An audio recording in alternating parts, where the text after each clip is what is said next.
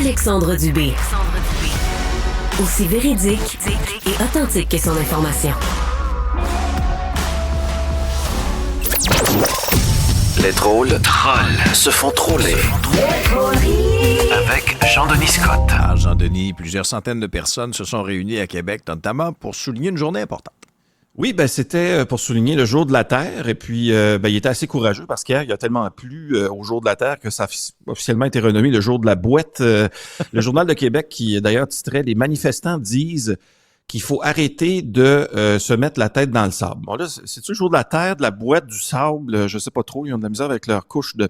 Enfin, pour dissiper le doute, les organisateurs voudraient que l'an prochain, l'événement soit renommé le Jour du topsoil, Voilà. le Jour du gravier, ou peut-être le Jour du 0,3 aussi, si vous avez C'est beaucoup plus clair. le terrassement. Ben oui, pourquoi pas. Parmi les autres causes avancées par les manifestants, on dit que le maintien de la tarification de la pollution, appelée évidemment la taxe du carbone, faisait partie de ça. L'imposition aussi apparemment d'une taxe sur le gaspillage alimentaire dans les restaurants italiens, la taxe du carbonara, beaucoup moins connue, on voudrait implanter ça. Il y a aussi l'implantation d'une taxe sur la vente à pression de produits inutiles en ligne auprès de ses amis, la taxe du Arbonne. Ça, c'est aussi Oui, un peu nouveau. Et apparemment aussi l'imposition d'une taxe moins connue sur les propos de candidats bizarres du Parti conservateur du Québec, la taxe du Casabonne. Ça, c'est un peu... ça s'en vient apparemment. Des souvenirs. Les manifestants aussi étaient sûrement heureux de lire une autre nouvelle ce week-end, selon laquelle il y a de plus en plus de villes qui travaillent très fort à réduire la dépendance à l'automobile, qui taxe évidemment nos budgets individuels, mais aussi l'environnement. Il y a l'Assomption qui a mis à la disposition de certains employés municipaux des trottinettes électriques. Il y a des municipalités de l'Outaouais aussi qui ont lancé des projets d'autopartage. Et évidemment, il y a Laval qui fait payer des millions à la population pour des chars de police électriques. Ça, c'est toujours très efficace. Chacun ses Je veux dire, on est priorités. vert. On est très vert. Remarque, les contribuables de Laval sont plus rouges que verts, là, mais... Hier, Alexandre, il y a Pierre Poilièvre qui a présenté son tout nouveau candidat, tout neuf, dans Richemont, à Arthabasca, pendant un rassemblement partisan à Victoriaville. Alors, l'ex-whip en chef du gouvernement Legault, évidemment, Éric Lefebvre. Là, ce qui est drôle, c'est que ça fait plus de 5 ans qu'il est whip du gouvernement au Québec, plus de 7 ans qu'il est député de la coalition Avenir Québec, mais il se présente comme un conservateur fédéral depuis 20 ans. Alors, ça fait sourciller plusieurs personnes.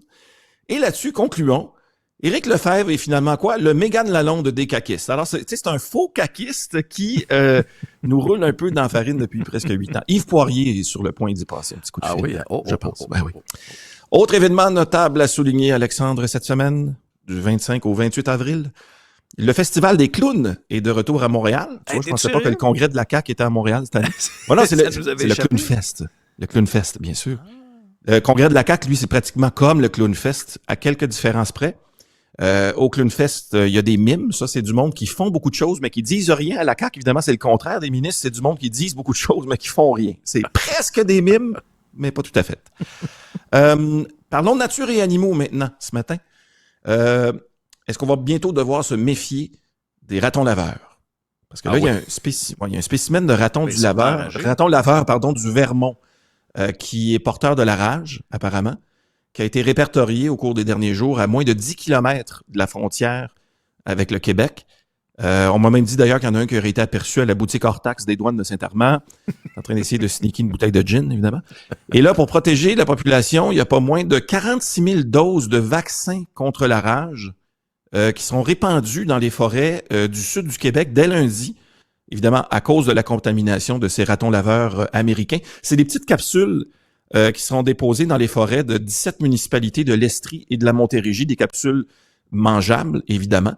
L'odeur de ces petits biscuits-là attire les animaux comme les renards, les ratons laveurs, pour qu'ils consomment ce vaccin et qu'ils soient finalement immunisés contre la rage. Bon, il y a un projet pilote qui a été déployé aux États-Unis, me dit-on, mais qui a rencontré quelques difficultés non anticipées. Ah oui?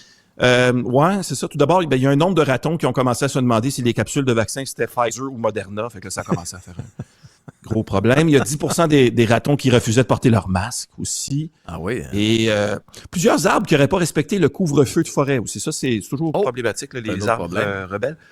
Bonne nouvelle, cela dit, si les capsules sont contre la rage, là, sont larguées des airs par des avions, il y en a qui vont tomber sur nos routes et on devrait voir baisser le nombre de cas de rage au volant assez rapidement. Donc, je pense que ça va faire du bien un peu tout le monde ici. Ça ferait du bien.